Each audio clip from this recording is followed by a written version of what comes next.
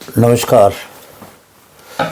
आज हम एक महत्वपूर्ण मामले की बारे में बात करने के लिए आए हैं और ये ऐसा मामला है, इसमें बहुत सारे लोग इससे प्रभावित हैं। और ये मामला है कि दिल्ली एनसीआर में जो गाड़ियों की एज है वो पेट्रोल की गाड़ी की 15 साल और डीजल की गाड़ी की 10 साल ये निर्धारित किया है। इस मामले को सुप्रीम कोर्ट में चैलेंज किया गया है। बहुत ही महत्वपूर्ण विषय है और इससे सभी लोग पीड़ित हैं। गाड़ी बिल्कुल ठीक ठाक होती है और बेटर होती है, बिल्कुल नई की नई, परंतु उसकी एज हो जाती है और 2 कौड़ी की भी नहीं रह पाती। तो इस मामले को उठाया है एक रिट पिटीशन में। रिट पिटीशन नंबर है 13029 ऑफ 1985। ये ऑलरेडी चला हुआ है काफ़ी सालों से।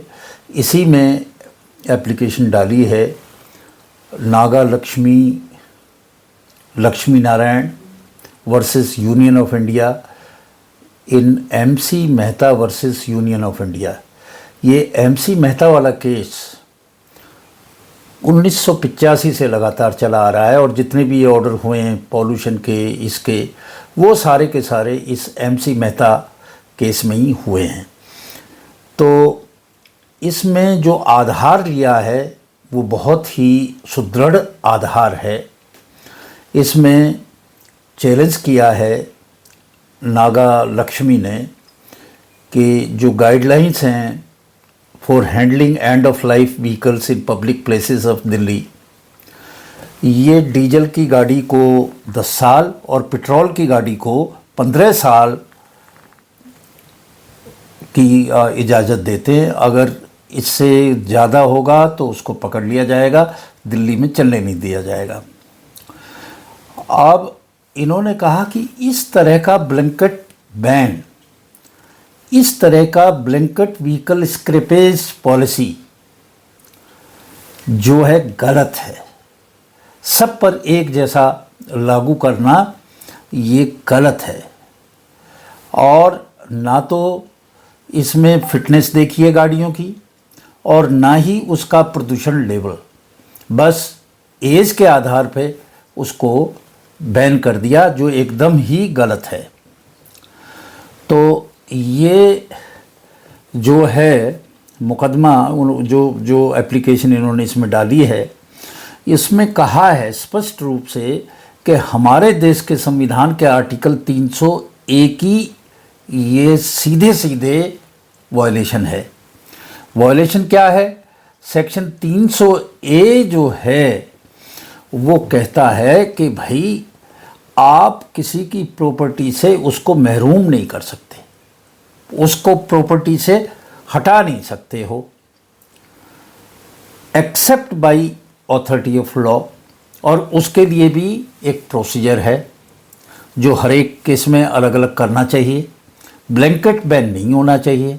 अब व्हीकल जो है प्रॉपर्टी है, बहुत बड़ी रकम दे के व्हीकल जो है ख़रीदा जाता है। तो इसमें उन्होंने 300A को आधार कहा कि ये हमारी प्रॉपर्टी है और प्रॉपर्टी से वंचित नहीं किया जा सकता। अब ये जो आर्टिकल 300A है ये स्क्रैपिंग के लिए कहता है। जो भी व्हीकल है, कोई भी व्हीकल हो, उसको पकड़ने के और उसको जो है स्क्रैप करने, इस चीज़ को इन्होंने चैलेंज किया है। जब व्हीकल को पकड़ते हैं, कोई भी जुडिशियल या क्वाजी जुडिशियल प्रोसेस जो है वो नहीं है और ना ही उचित मुआवजा दिया जाता है, जो कि वायलेशन है। जो वायलेशन है आर्टिकल 300A की, संविधान की। अब इसमें लीगल रिकोर्स होना चाहिए और इसमें वो कहते हैं कि ये जो कॉन्स्टिट्यूशनल प्रिंसिपल्स हैं उसको ये वॉयलेट कर रहा है, क्योंकि व्हीकल चाहे इमिशन कर रहा है कि नहीं, उतना प्रदूषण कर रहा है या नहीं कर रहा है, आपने सबको एक जैसा एक लठ से हाँक दिया। अब ये जो गाइडलाइंस आई हैं ये सुप्रीम कोर्ट का ही ऑर्डर था अक्टूबर 29 2018 का, और ऑर्डर था एनजीटी का 7 अप्रैल 2015, जिसके आधार पे ये निश्चित किया कि 10 साल उम्र होगी पेट्रोल के व्हीकल की और 15 साल होगी 10 साल होगी डीजल के और पेट्रोल के व्हीकल की होगी 15 साल एनसीआर में। अब ये जो एप्लीकेंट हैं जिन्होंने इस केस में ये डाला है, ये एक ओनर हैं ऑडी डीजल व्हीकल की, जो इन्होंने 2014 में ख़रीदा और 2014 में एनजीटी का ऑर्डर नहीं आया था, तो उसके बाद ये ऑर्डर आया और ऑर्डर में कहीं भी ये लिखा हुआ नहीं है कि ये रेट्रोस्पेक्टिवली यानी कि पीछे से लागू होगा। आपके ऑर्डर से पहले उन्होंने कार खरीदी। तो एक और अजीब बात है कि जो रजिस्ट्रेशन सर्टिफिकेट दिया कि गाड़ी रोड के ऊपर चल सकती है वो दिसंबर 2029 तक है और गाड़ी ख़त्म हो रही है इस ऑर्डर के हिसाब से 2024 में, यानी कि 5 साल पहले। भाई आपने रजिस्ट्रेशन सर्टिफिकेट में उसकी जो वैलिडिटी है वो दिसंबर 2029 क्यों करी? आप उसमें 15 साल का करते हैं, उसमें जो रोड टैक्स है वो 15 साल का करते हैं और उसका इस्तेमाल नहीं करने देते, उसके 5 साल पहले ही उसको स्क्रैप कर देते हैं। ये कौन सा कानून है भाई? दूसरी जो बात कही कि जो एक्चुअल इमिशन है, जितना वो धुआं दे रही है गाड़ी, प्रदूषण कर रही है, उसको इंडिविजुअल व्हीकल को क्यों नहीं देखते आप? अजीब सी बात है। बहुत अच्छे मेंटेन्ड व्हीकल हैं और 10 साल में तो व्हीकल का कुछ बिगड़ता भी नहीं है, आप सब लोग जानते हैं। एक और बड़ी बात इन्होंने कही कि BS6, BS3 और BS4, BS3, 4 और 6 तीन जो है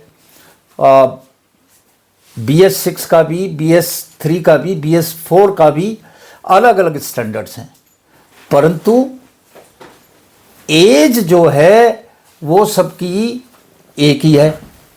एज सबकी एक ही है, एज सबकी एक ही है। भाई जब फिर आपने अलग अलग ये जो स्टैंडर्ड्स है ये क्यों किए? BS6 अलग है, BS3 अलग है, BS4 अलग है और व्हीकल की एज 10 और 15 साल तीनों में एक जैसी है। इसका क्या मतलब? फिर इन स्टैंडर्ड्स का है जो भारत स्टैंडर्ड्स हैं, इनका फ़ायदा क्या है?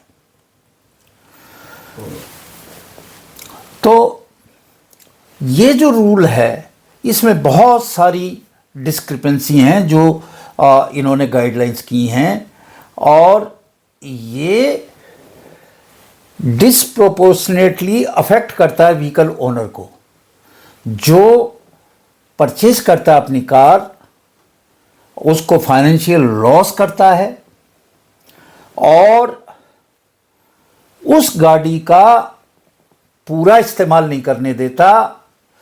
उसका जो है, जो उसका टाइम बचता है, रजिस्ट्रेशन जब आपने 15 साल का किया है तो आप 10 साल में कैसे उस व्हीकल को स्क्रैप कर सकते हो? 5 साल का कंपनसेशन दो। ये सब चीज़ें नहीं है। अजीब सा सिस्टम है, इससे सभी दुखी है। इसमें ये जो सारी बातें इन्होंने कही कि भाई ये तो अजीब सी बात है। और ये सबसे ज़्यादा हिट कर रहा है मिडिल क्लास को, लोअर इनकम ग्रुप को, जो गाड़ी को उनकी स्क्रैप 10 साल में हो जाती है, 15 साल में हो जाती है, उनके पास पैसे नहीं हैं कि उस गाड़ी की जगह दूसरी गाड़ी रिप्लेस कर सकें। इतनी कॉस्ट बढ़ा दी है और ये नेशनल लॉस है।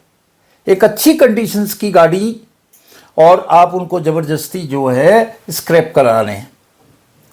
ये सबकी नॉलेज में है, सबकी चीज़ है। तो और रजिस्ट्रेशन फीस भी ले रहे हैं आप, और जितने दिन की रजिस्ट्रेशन फीस ले रही है उतने दिन गाड़ी का इस्तेमाल भी नहीं करने दे रहे हैं। ये क्या है भाई? तो ये जो है और स्पष्ट करता है कि आपने ये गाइडलाइंस एमसी मेहता में बनाई हैं कि जो इन्वायरमेंटल पॉल्यूशन है उस इन्वायरमेंटल पॉल्यूशन को रोकने के लिए। तो इन्वायरमेंटल पॉल्यूशन यहाँ कहाँ रुका? गाड़ी तो कोई पॉल्यूशन कर नहीं रही है। आपका क्राइटेरिया है केवल एज ही केवल आपका क्राइटेरिया है। आपने ये मान लिया है जो 10 साल की गाड़ी है वो पॉल्यूशन करेगी करेगी। ये कौन सा लॉजिक है? लोग बड़े ढंग से गाड़ियां रखते हैं और 10 साल में गाड़ी का कुछ भी नहीं बिगड़ता है। तो ये मैटर जो है अभी कोर्ट में गया हुआ है और सुप्रीम कोर्ट में इसकी सुनवाई होनी बाकी है। सुप्रीम कोर्ट में इसकी सुनवाई होनी बाकी है और मेरे हिसाब से सब लोगों को इस मैटर को जो है सहयोग देना चाहिए। इससे सभी लोग प्रभावित हैं और सब जानते हैं नेशनल लॉस भी है, पॉल्यूशन का भी इससे कुछ नहीं लेना देना। हाँ, लोगों की जेब जो है ज़रूर इससे कट रही है। तो आज इन्हीं शब्दों के साथ मैं आपसे विदा लेता हूँ। नमस्कार।